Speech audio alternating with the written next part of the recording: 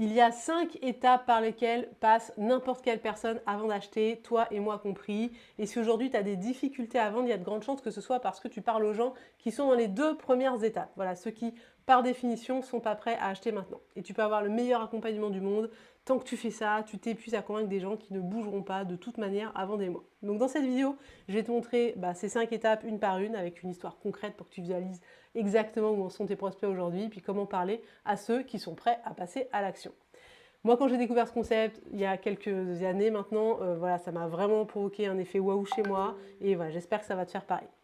Ces 5 étapes, ce qu'il faut comprendre, c'est ce qu'on appelle le tunnel de maturité du prospect. Voilà, l'idée est simple, entre le moment où quelqu'un ne sait même pas qu'il a un problème et le moment où il sort sa carte bleue, il traverse toujours ces 5 phases dans le même ordre.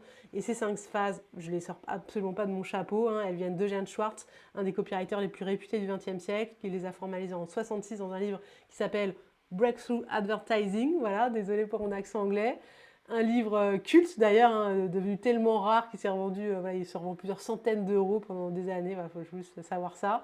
Et ce qui est fascinant, c'est que ce qu'il décrivait il y a presque 60 ans, avant Internet, avant les réseaux sociaux, avant tout, reste exactement aussi vrai aujourd'hui parce que ça ne parle pas de technologie, ça parle de la façon dont un cerveau humain prend une décision, sujet qui personnellement me passionne. Voilà.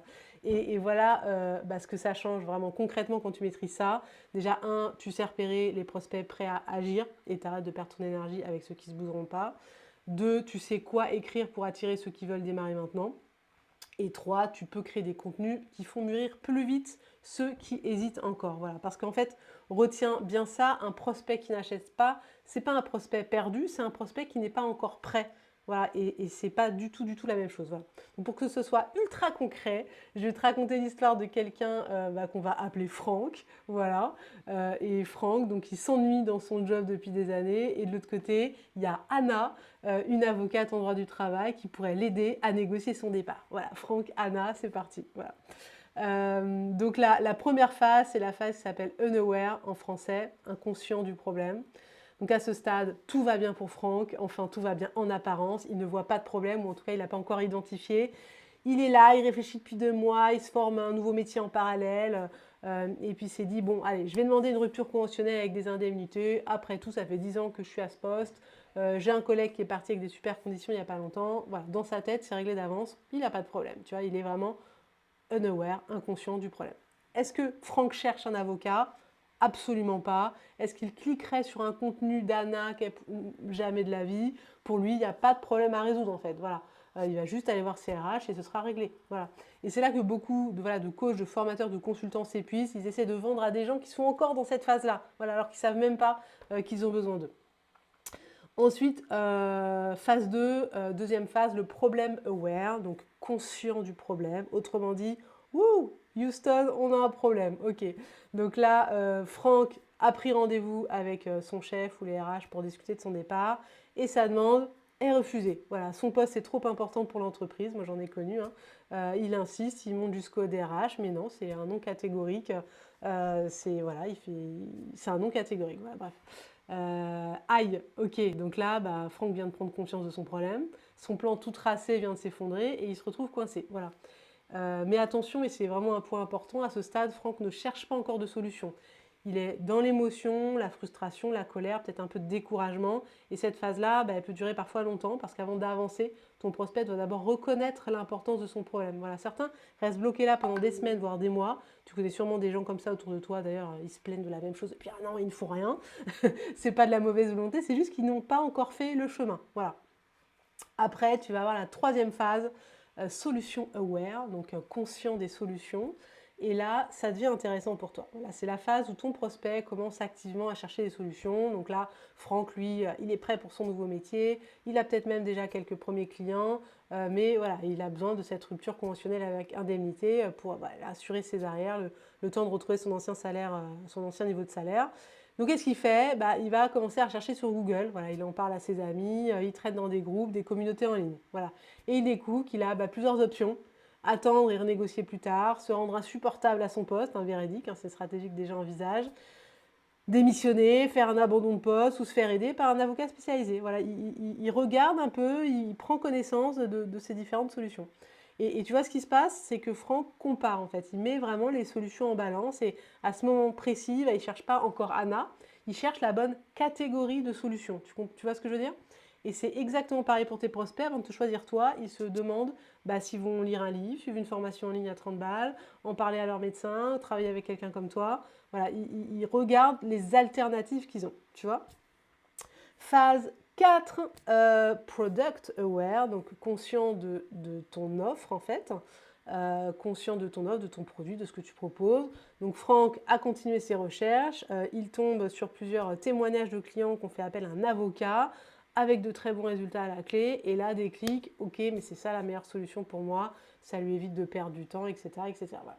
Maintenant, la question n'est plus quelle est la bonne solution, mais quel avocat choisir. Voilà, il commence à suivre les communications de plusieurs avocats, il regarde leur contenu, leurs offres, leur façon de parler, comment ils se sont proches d'eux, tu vois. Il les compare finalement sans rien demander, en restant discret, mais il commence à les comparer. Et c'est là que ton contenu travaille pour toi ou contre toi, parce qu'un prospect en phase 4, il n'a pas besoin qu'on lui explique son problème, il le connaît par cœur. Ce qu'il cherche, c'est vraiment des preuves, des témoignages, des raisons de faire confiance à toi plutôt qu'à un autre. Après, tu vas avoir la phase 5, most aware, donc pleinement conscient, prêt à acheter. On en voudrait des tonnes, des prospects comme ça. Cinquième phase, voilà, le prospect est vraiment pleinement conscient. Franck a échangé avec Anna, avocate en droit du travail, qui a un programme spécialisé sur la négociation du départ. Son offre est claire, structurée, elle lui inspire confiance. Il fait ce calcul tout simple. Ok, même si ça me coûte un peu d'argent, tatin, je vais en retirer bien plus que ça fonctionne. Et voilà, il saute le pas, Franck achète. Voilà, c'était le tunnel de maturité complet du tout va bien, finalement, je ne suis pas conscient de mon problème, à bah, je sors ma carte bleue. Et pour certaines personnes, traverser ces 5 phases, ça prend des semaines, voire des mois. Hein, ce qui veut dire aujourd'hui bah, qu'il y a des personnes qui te suivent et qui sont quelque part au milieu de ces 5 phases. Et c'est pour ça qu'elles ne t'achètent rien. Voilà. Pas parce que ton offre est mauvaise, pas parce qu'elles ne sont juste pas encore arrivées au bout de ce tunnel de maturité. Et bah, comment utiliser ce tunnel? Ça, c'est vraiment la question à 1 million. Tu te souviens de ce que je t'ai dit au début, hein, si tu as des difficultés à vendre, c'est probablement que tu parles aux 2 premières phases avec des gens qui ne voient pas leurs problèmes ou qui viennent à peine d'en prendre conscience. Donc voilà, la règle, c'est vraiment dans ta communication, dans ta vente.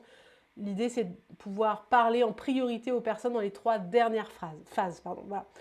Celles qui sont déjà conscientes de leurs problèmes, qui cherchent une solution, qui comparent des options. Convaincre quelqu'un en phase 1 qu'il a un problème, puis qu'il existe des solutions, puis que la tienne est bonne, voilà, c'est 3 batailles à mener, alors que quelqu'un, bah, finalement, en phase 3 ou 4, il a déjà fait les 2 tiers du chemin tout seul. Voilà. À énergie égale, voilà, je te laisse deviner où sont tes futurs clients. Après, évidemment, plus tu grandis, plus il faut aller chercher aussi ces catégories de personnes, mais voilà, tant que tu n'as pas un chiffre d'affaires d'un certain niveau, concentre-toi déjà là-dessus. Concrètement, qu'est-ce que ça veut dire? Bah, que ton job n'est pas de convaincre les personnes de travailler avec toi, mais de faire mûrir tes prospects pour qu'ils passent d'une phase à l'autre. Voilà, la nuance est subtile, mais vraiment elle change tout. Convaincre, c'est finalement pousser, et faire mûrir, moi je trouve que c'est accompagner. Voilà, et c'est un service que tu rends à tes prospects quand tu les aides à passer d'une phase à l'autre. Parce que voilà, si je reprends l'exemple de Franck, chaque semaine où il est resté bloqué en phase 2, conscient du problème, bah, c'est une semaine de plus dans son job qui le rendait malheureux. Voilà. Si tu veux appliquer ça dès aujourd'hui, je voudrais te proposer un petit exercice. Voilà, ça va prendre 5 minutes. Tu reprends tes 3 derniers contenus, un post, une newsletter, une vidéo, peu importe. Et pour chacun, tu te poses vraiment cette question. Ok, là, à quelle phase je m'adresse? Si tu expliques à quelqu'un qu'il a un problème, qu'il n'avait pas identifié, etc., bah, tu es plutôt dans la phase 1 ou 2. Si tu compares ton approche à d'autres manières de travailler, tu es plutôt sur la phase 3. Si voilà, tu montres des résultats, des témoignages, tu parles de ta façon de travailler, ton approche, tu parles à la phase 4. Voilà. Et si tes 3 derniers contenus s'adressent tous aux phases 1 et 2, tu viens probablement trouver pourquoi ça ne convertit pas. Voilà, ce qui est plutôt une bonne nouvelle parce que c'est corrigeable dès ton prochain contenu. Après, il ne faut pas non plus penser que juste le contenu comme ça va suffire. Il faut aussi venir converser, venir créer de l'interaction. Le contenu est un prétexte, mais voilà, c'est quand même un point important. Maintenant, cet exercice te dit où tu en es aujourd'hui, mais il ne te dit pas comment amener quelqu'un de la phase 3 à la phase 5, parce que oui, si un prospect qui est en phase 3 tombe sur un contenu phase 5, c'est pas ça qui va le fera passer à l'action. Donc c'est pourquoi il doit y avoir un enchaînement cohérent dans ton système de vente pour que chaque contenu arrive au bon moment pour tes prospects. Et ça, tu t'en doutes, ça va dépendre de beaucoup de paramètres, de toi, de qui tu vises, du système de vente choisi, voilà, de beaucoup de choses pour que ça puisse tenir dans une seule vidéo YouTube. C'est d'ailleurs ce qu'on fait nous avec les membres de nos programmes. Donc si tu penses aujourd'hui que tu bricoles et que tu aimerais apporter de la cohérence dans ton système, voilà, tu verras, il y a un lien en description pour prendre rendez-vous avec nous. On fera un état des lieux, d'où t'en es, puis on verra si on peut t'aider. Voilà. Je te laisse sur ça. Ciao et bonne semaine. Ciao, ciao, bye.